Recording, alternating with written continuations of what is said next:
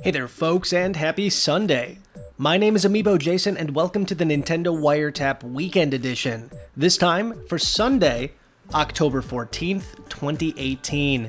Every Sunday, we wrap up all of the news from the entire week from the Nintendo Wiretap, so if you're looking for a nice recap of all the stories we covered, you're in the right place.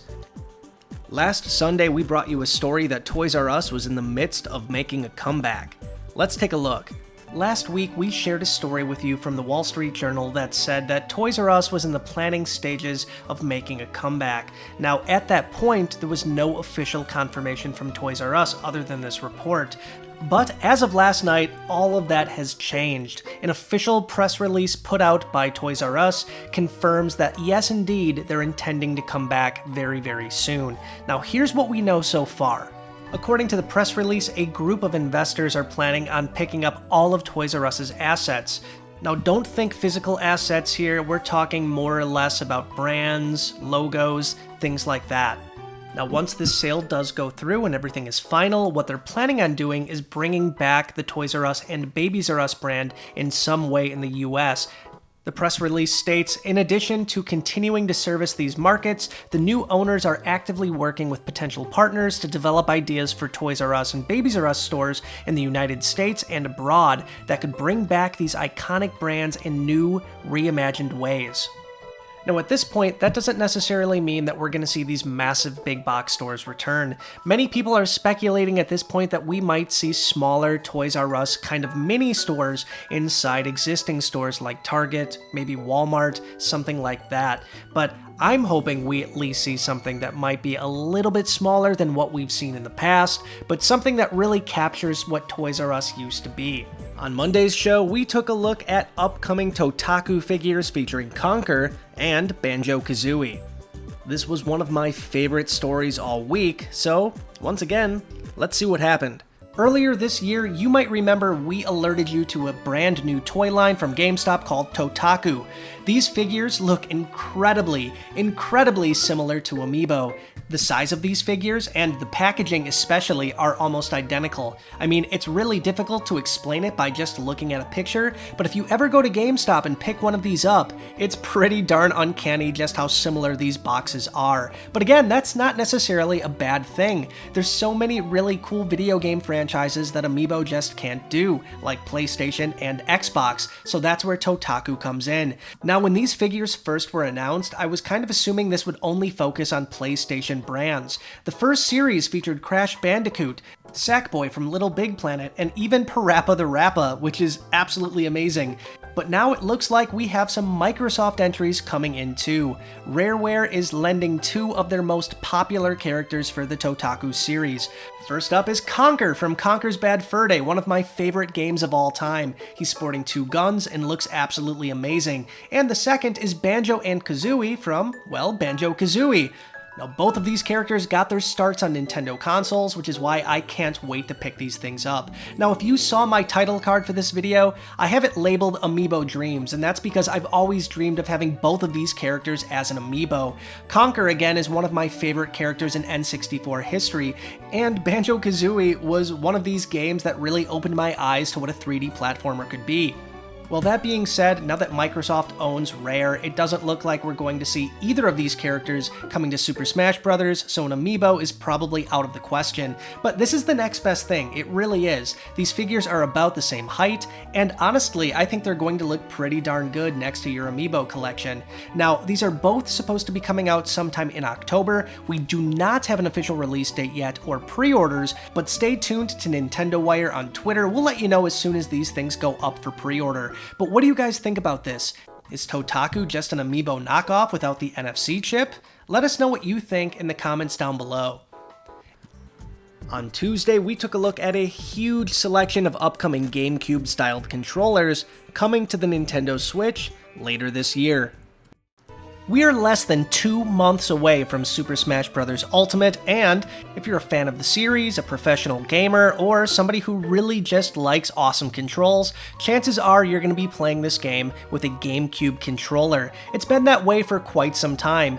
Even the Wii U version of this game had a special edition that came with both a GameCube controller and an adapter so you can actually use other GameCube controllers on this as well, and this is going to be no exception. So before we get into the third-party options, let's take a look at the official Nintendo option first. Now, if you do want to pick this up, you can pick up an official original GameCube controller for about 30 bucks. They're on Amazon, GameStop, pretty much any major game store you can pick one up. They come out the same day as Super Smash Bros. Ultimate, but there is one thing. You need a $20 adapter in order to use this thing. So if you don't have a Wii U adapter already, you're going to have to pick that up as well. So the initial investment for this is 50 bucks. Now the nice thing about this is if you have a whole bunch of old GameCube controllers, you can use your old controllers with just the adapter. So for 20 bucks, you can use all your old ones and you're good to go. And a fun fact for any of the Wavebird fans out there like me, these do in fact work with the Wavebird controllers, so if you have 4 of those laying around, you're good to go too. But now that we've talked about the original, let's talk about the clones. There are 3, count them 3 companies making officially licensed GameCube-style controllers for the Nintendo Switch, and the first company we're looking at today is PDP. Now, PDP has 3 options for you if you're looking for a GameCube-styled controller. They have a yellow Pikachu edition, a red Mario edition, and a blue Legend of Zelda edition. This controller has 2 really cool things going for it. Number 1, it has both a ZL and a ZR button, not just one Z button, like on the official GameCube controller, so it's going to be compatible with a lot more games. And second, it has a second analog stick instead of a C stick. Now, there is one really neat thing about this. If you prefer the C stick, you can actually remove the right analog stick and put the included C stick right on there, so it feels just like the official GameCube controller, which I think is a really awesome touch. Now, like most of the controllers on this list, there's no rumble, there's no NFC touchpad, and there's no motion controls, so keep that in mind when you're picking this up. And keep in mind, once again, these are wired controllers, so if you're hoping to use these wirelessly, they're not going to work. In this case, though, these are standard USB cables, so you don't need a separate adapter. If you want to pick these up, they go for $24.99, so about $5 less than the real deal. Next up, let's move on to Hori. Hori has 4 GameCube-styled controllers coming out for the Nintendo Switch. These are very similar to the ones that we saw from PDP, except there's some cosmetic changes and a few other things to keep in mind. Like the PDP controllers, these also have a ZL and a ZR button, so these should give you more compatibility in comparison to a standard GameCube controller. Also, like the PDP version, these are wired controllers that hook up via USB, so again, no additional adapters needed. These have really cool designs on them too. We have a Zelda, a Luigi, a Princess Peach, and a Super Mario themed option. All of these have kind of a transparent plastic to it, and I really dig the design of these. Now, the one thing that you want to keep in mind about these is that the C-sticks are not removable, so if you're looking for more customization, the PDP Fight Pad might be the better option for you, but personally, I love the designs of these. I think they are absolutely gorgeous. They have turbo buttons, you can remap the buttons. There's so many cool things about these, and Hori makes an amazing product. These are also $24.99, so $5 less than the official controller, and again, we have links in the description down below if you want to pick these up. And finally, I saved my favorite for last. Now, you might not necessarily consider these to be the best, but for my playstyle and the fact that I'm not a pro in any way, shape, or form, these are going to do just fine for me, and these are PowerA's wireless GameCube-style controllers. At the moment, unless you actually have a GameCube adapter and the original Wavebird controller, these are the only officially licensed options for you if you want a wireless GameCube controller for Super Smash Bros. Ultimate. It looks like PDP was able to get a lot of things squeezed in here. Bluetooth 4.1, for almost lag-free wireless play, an accelerometer for motion controls, and that's something that's huge about these. Out of all the controllers we talked about so far, these are the only ones that have an accelerometer built into them. Now, there are some drawbacks to this in comparison to picking up, let's say, like a Pro controller. There is no NFC touchpad on here whatsoever, so if you're looking to get something that you can scan your amiibo in with, this is not the controller for you. This also lacks HD rumble. So sadly, if you're looking for either of those two things, this might not be the best option for you. But keep in mind, none of the other controllers we talked about have the NFC touchpad or HD rumble. In fact, this one has the most features out of anything we've talked about so far. If you want to pick these up, they come in many amazing colors. You can pick these up in purple, black, silver, platinum, and they're also offering a gold option if you're into that kind of thing. Now at the moment, you can pick these up at GameStop. Many of them are GameStop exclusives. They're a little bit more expensive than the other controllers on this list. They're $50, but again, you get a lot more features for this price. Now, if you don't need the wireless option of this controller, there's also a wired version of this controller as well for $24.99. Again, it has all the same features, except, it's wired. But there you have it. Many different options if you are a GameCube controller fan and you're looking for something for Super Smash Bros. Ultimate. Again, if you want to pick any of these controllers up, we have links to every single one down in the description below, so make sure to check those out. On Wednesday's show, we got confirmation that Toys R Us was turning into Jeffrey's Toy Box. Today, we bring you what might be the conclusion to a week-long story that we've been bringing you surrounding Toys R Us and their plan to return to the marketplace. Now, just a few days ago, we received an official press release on what we might expect to see from a Toys R Us revival, but there were key details missing on what this might look like. But now, thanks to reporting done by Toy News International, we have a good idea on what to expect. So here we go. First and foremost, Toys R Us looks to be rebranding itself into Jeffrey's Toy Box.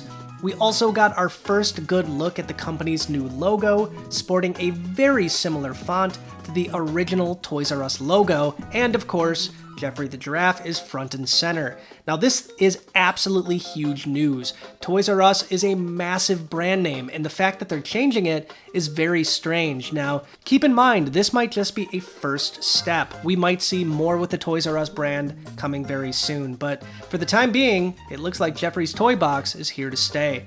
Now, one of the most interesting things from this report is that rather than set up their own locations and storefronts, Jeffrey's Toy Box is instead going to be setting up a store within a store model. Now this means we might expect to see Jeffrey's Toy Box at locations like Kohl's department store, maybe Macy's, maybe even Target. But if you were expecting to see massive Toys R Us stores coming back, well, sadly, it doesn't look like that's the case, at least yet. Now, one of the craziest parts of this story is that it appears that Jeffrey's Toy Box is aiming to start operating this November. That's right, in about a month. Now, this is absolutely crazy that they might get this revival done before Christmas of this year, seeing as we just heard about it about a week ago. But who knows? None of this is absolutely concrete at this point. We're hoping to hear something very soon about what partners that Jeffrey's Toy Box might have. But there you go. Toys R Us is coming back as Jeffrey's Toy Box. On Thursday's episode, we took a look at the upcoming Splatoon 2 Octoling amiibos and what they do inside of the game. All the way back at E3 in June, we got word that an Octoling amiibo 3-pack was on the way, and unfortunately, at that point, we had no idea what they did in-game. Now, this is pretty commonplace with Nintendo and amiibo. They, for some reason, don't want to tell us specifically what things do until very close to the launch of that product. But now, thanks to a video that came out this morning, we know what each of these amiibo do in-game, and, as you would guess, they unlock costumes. Surprise, surprise, a Splatoon amiibo unlocking a costume? Who would have seen that coming? Well, let's talk about these because some of them are very strange. I'd say the most tame costume here has to be the witch's costume. It comes in two varieties, one for a girl, which sports a dress and nice little pointy boots, and one for a boy.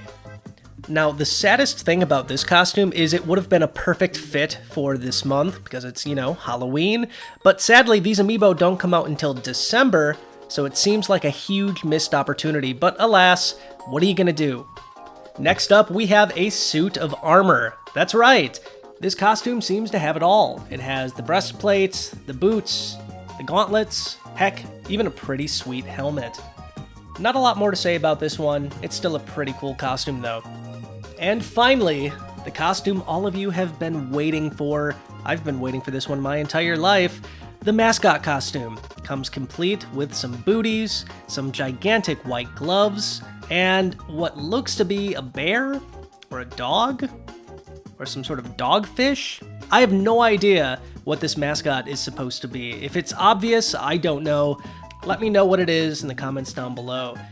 And on Friday's show, we took a look at some brand new Nintendo merchandise coming to Japan and how much we really want it in the offices here. Now, if you're anything like me, you must love licensed Nintendo merchandise. Cases, covers, plushies, amiibo, you name it, I love it. And today is no exception to that rule because we're taking a look at two distinctive types of merchandise. First up, let's take a look at 4 brand new, very amazing cases from the good folks at Keys Factory. Now, these are very, very interesting cases if you want to call them cases at all. The official listing is essentially calling these things a protector set, and the reason why is that there is a small cover that goes over the Nintendo Switch's screen to avoid any kind of scratches or cracks on the screen itself. It also acts as a kind of cleaning system for the Switch's screen too. You also get a set of silicone covers for the Joy-Cons themselves, which look really amazing. And one of the reasons why I like these so much is that these are not generic in any way. We have a Legend of Zelda Breath of the Wild theme, a Super Mario theme, and the Super Mario theme, in my opinion, is one of the coolest ones I've ever seen. We have Yoshi, and of course, we have Splatoon 2. If you're looking to pick these up, it looks like they're going to be coming to Japan in December. At the moment, there's no word whatsoever if we're going to see these things in the US, Canada, anywhere else other than Japan. But if you are looking to pick these up, you can import them from sites like PlayAsia. We have links in the description down below if you want to pick them up. They go for $29.99, but you can take $3 off that with code NINWIRE at checkout. So if you do want these, again, we have a link in the description down below. Now, my personal thoughts on these are I think these are absolutely fantastic. They give the Nintendo Switch a lot more personality, and I, for one, love to have customization options. That's actually one of the reasons why I love the Nintendo 3DS as much as I do, because there's so many options for unique consoles. So I think this really gives the Nintendo Switch a lot more personality. Now, next up, we have some incredibly unique items from Japan once again, and in this case, they are Kirby themed and they're shaped like bread. That's right, they look like loaves of bread. The collection is called Kirby's Dream Land Poo Poo Poo Bakery's Big Bread Plush. Now, these bad boys come in 2 distinct varieties. One is completely square, while another has holes on both sides so you can put your arms in them. Kind of like an airplane pillow, something very similar to that. Now, yes, I know these look incredibly strange, but if you're a Kirby fan, these might be up your alley. Not to mention, these suckers are absolutely massive, as you can see from some of the stock images that they included in the listing. As you would imagine, both Kirby and Waddle Dee both make an appearance in this collection, so if you do want to pick these up, unfortunately, like the cases before it, it looks like these are Japanese exclusive. I mean, look at them, of course they are. But again, if you want to get these, you can also do that. We have a link in the description down below to all of these as well. And that same coupon code for $3 off works on these too. But there you have it, some brand new Nintendo merch for you to oogle over. But what do you guys think about these? Are you a fan of any of this merchandise? Do you hate it? Do you love it? Let us know in the comments down below. And that's it for today's episode of the Nintendo Wiretap Weekend Edition. Stay tuned on Monday for brand new episodes. Hope to see you then. Bye, guys.